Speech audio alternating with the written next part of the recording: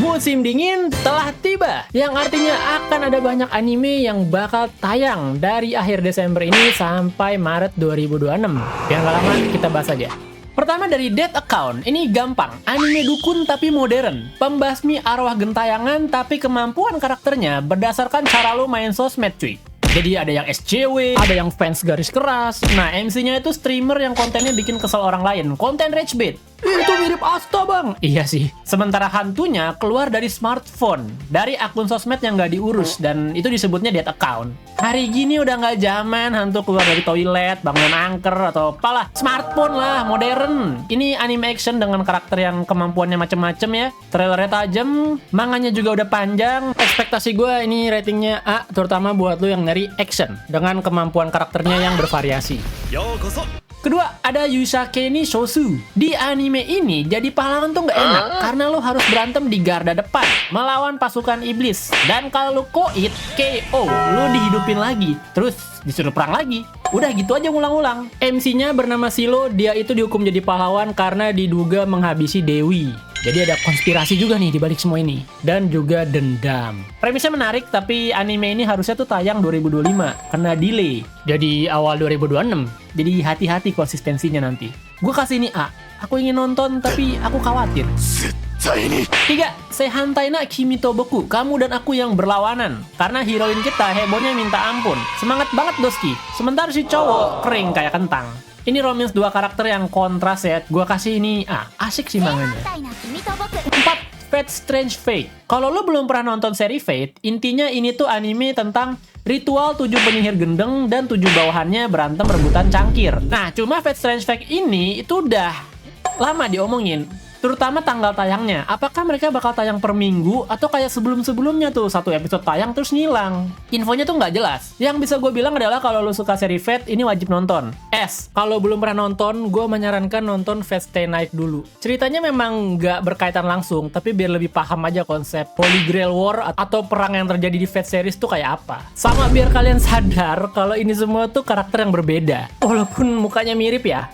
5. Okiraku Ryoshu no Tanoshi Roichi Boe. Nah, ini anime tower defense ya. Isekai, biasa pekerja kantoran reinkarnasi jadi bocil bangsawan dan diberkahi skill produksi. Jadi kuli handal dia. Dalam sekejap bisa bikin benteng.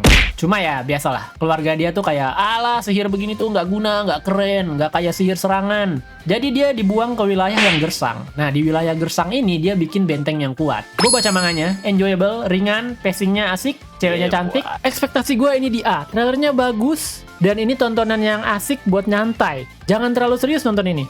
Kita lihat dulu ya ke anime season lanjutan. Di nomor 6 ada Free Ren season 2 yang dikatain nenek-nenek rasis ya, pembasmi iblis. 7 ada Medalis season 2. Season 1-nya bagus banget. Lu kalau suka sport wajib nonton. Ke-8 ada Jigoku Raku season 2. Season 1-nya sampai mana gua lupa. 9 ada Vigilante, My Hero Academia ya season 2. Main story tamat tidak jadi hambatan buat seri lainnya. 10 ada Mato Seihei no Slave season 2. Sebenarnya yang budak siapa sih di seri ini? Banyak yang bagus, tapi yang bener-bener gua incer tuh Free Ren sama Medalis. Kita balik ke anime baru. Nomor 11 ada Yusha Party wo Oida Sareta Kyobimbo. Lagi dan lagi, korban PHK dari grup pahlawan. Kali ini korbannya bernama Orn. Dia ini founder grup pahlawan ranking S bersama temannya Oliver. Tapi karena grup ini kekurangan enchanter atau support lah, si Orn berubah tuh dari swordsman jadi enchanter, banting karir. Malah kena prank. Kita udah nemu enchanter, jadi kita nggak butuh elu. Founder loh di prank. Akhirnya Orn dikeluarin dan dia ya nganggur. Tapi karena dulunya dia enchanter terus jadi swordsman, sekarang jadi kuat dia. Dia bisa ngebuff diri sendiri dan jadi makin kuat. Jadi seperti biasa, ini anime ditendang dari grup, ternyata ya karakternya kuat. Gue sih nggak berharap banyak ya, gue kasih C deh. Coba aja dulu. 12 ada Darwin Jihen, anime monyet seriusan. Jadi ada monyet yang dibebasin dari tempat eksperimen gitu, dan dia melahirkan seorang bayi setengah monyet, setengah manusia, bernama Charlie. Nah, lu bakal ngeliatin tuh Charlie gimana nanti kehidupannya di Amerika. Iya, manga ini tuh banyak ngangkat kasus di sana, masalah imigran, politisi. Cuma gue nggak tahu ya animenya bakal disensor nggak? Karena kan kayak gini sensitif banget. Saat ini gue kasih B. Gue berharap ini bagus. Beda soal dari yang lain. 13 ada Eris no Say Hi. Nah ini MC digentayangin awal penasaran. Namanya Grail. Dia ini dituduh jadi maling dan diputusin tunangannya. Dan ketika bingung harus ngapain, tiba-tiba muncul hantu yang namanya Scarlet. Bangsawan yang dulunya dihukum karena berbuat jahat. Katanya. Jadi mereka berdua nih sama-sama nyincem dendam. Dua bangsawan perempuan dengan tragedinya. Mengungkap konspirasi kerajaan. Villainous ya, gue saranin nih C. Coba aja dulu.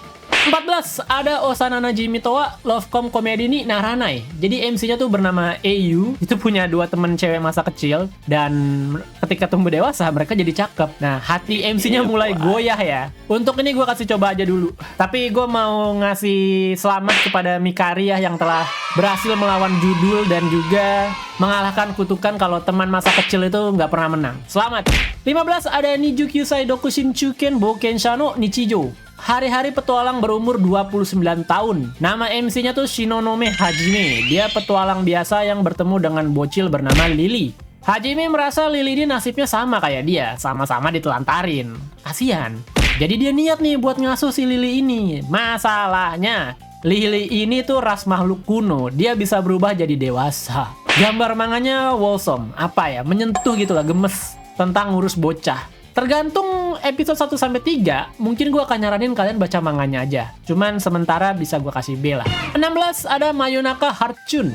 Kembali ke romcom harem, ini kisah Arisu yang suka dengerin radio dari penyiar bernama Apollo. Dia naksir banget sama suaranya. Tiba-tiba Apollo ini berhenti siaran, graduate dia. Wah, sedih coy.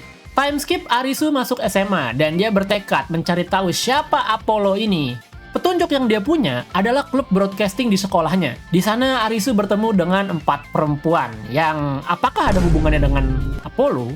Itu yang bakal micu kemungkinan perang waifu lagi. Di sini gua kasih B lah, banyak waifu.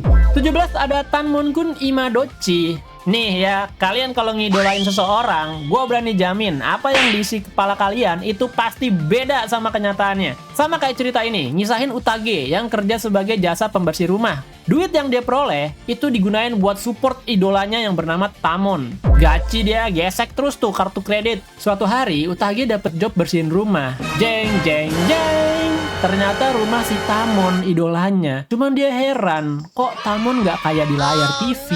Aslinya dia kering banget kayak kentang.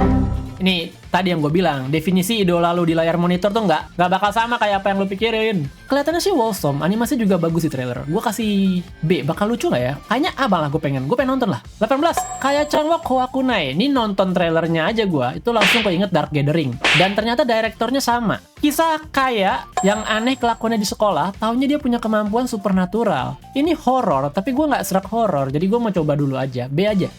19 ada Akuyaku Rejowa Ringoku no Otashi ni Dekiai Sareru. Ini villainous lagi, MC-nya masuk ke dalam dunia game bukan sebagai heroin tapi sebagai villain. Udah jelas nasibnya buruk, bad ending. Tapi doi tiba-tiba dilirik pangeran dari negara tetangga. Tipikal lah. Ini lagi tren ya, villainous tuh beberapa tahun kebelakang tuh heboh, banyak juga yang diakuisisi publisher. Jadi jangan kaget ke depannya makin banyak cerita villainous dapat adaptasi anime. Buat gua ini coba aja dulu. 20 ada Campikno no Majo. Kisah penyihir hitam yang bernama Luna. Doi tinggal di sebuah hutan yang dipenuhi jamur berbahaya. Ditambah lagi, Luna ini sendiri juga beracun buat orang lain. Sentuhannya bikin lu keracunan, bahkan nafasnya aja bisa bikin nyawa lu melayang. Alhasil ya, dia hidup menyendiri. Ini dari autornya Gakuen Alice. Kangen gua, nostalgia nih gua. Gue pengen nyoba, gue kasih ini B. Bakal nonton gue. Kita balik lagi ke anime season lanjutan. 21 ada Hime Sama no Gomonjikan season 2. Nih tuan putri yang dalam tanda petik disiksa ya pakai makanan enak. 22 ada Aono Miburo season 2, si biru dari Mibu. 23 nggak lupa anime Legend Ube dengan tangan iblisnya, part 2 nya juga tayang musim winter. 24 anime balapan MF Ghost, season 3 nya juga musim ini. 25 ada Golden Kamuy final chapter. Apakah ini benar-benar final? Semenjak ada kata final part 2 itu gua agak skeptis. Balik lagi ke anime baru. 26 ada Jingai Kyoshi no Ningengirai Kyoshi. Kenalin Rei Hitoma yang mengaku dirinya misantrop. Dia membenci dan tidak percaya dengan umat manusia karena trauma masa lalunya. Ironinya, dia menjadi guru di sebuah pegunungan buat makhluk-makhluk yang setengah manusia dan pengen diajarin caranya jadi manusia. Gimana coba? Lo benci manusia tapi ngajarin binatang buat jadi manusia? Penasaran sih gua. B dulu. 27, Kirei ni Shitemu Raimasu ka anime laundry. B, bersih-bersih. Serius, tadi tuh bener-bener anime laundry, anime soal bersih-bersih. Gue sih jujur mau nonton, pengen tahu, siapa tahu dapat ilmu kan buat bersihin barang-barang yang susah gue bersihin. 28 ada Gomon Baitokun no Nichijou. Ini juga sama nih, anime pekerjaan sehari-hari tapi di tempat penyiksaan. Jujur gue nggak ngerti, jadi gue kasih C aja. Gue pengen coba dulu aja. 29 ada Urawashi no Yoinosuke. Romance antara satu pangeran di sekolah, yaitu cewek tomboy bernama Takiguchi Yoi. Dia sangat dipuja sama teman-temannya. Dan satu lagi ada Kohaku yang dianggap pangeran sekolah juga ya, karena cowok dengan good looking. Bedanya Kohaku ini hidupnya seenak jidat, sementara Yoi yang lebih patuh lah gitulah. Ini gue pengen nonton karena cewek tomboy doang nih. 30 ada Arne no Jikenbo, anime misteri, anime detektif tepatnya, tapi MC-nya detektif vampir yang punya kemampuan supernatural. Gue nggak tahu mau ngomong apa lagi. Melihat trailernya sih gue nggak terkesima ya, tapi yang kayak gini-gini tuh biasanya kadang-kadang seru. Jadi nggak ada salahnya coba dulu. Kita kembali ke season lanjutan. 31 ada Jujutsu Kaisen season 3 datang dengan ekspektasi tinggi di arc yang penuh dengan aksi. Nih, apakah MAPPA bisa menampung ekspektasi fansnya tuh pertanyaan ya. 32 ada Oshinoko season 3 yang ada My Istri Arimakana. 33 ada Fire Force season 3 juga, part 2. Harusnya sih ini sampai tamat ya.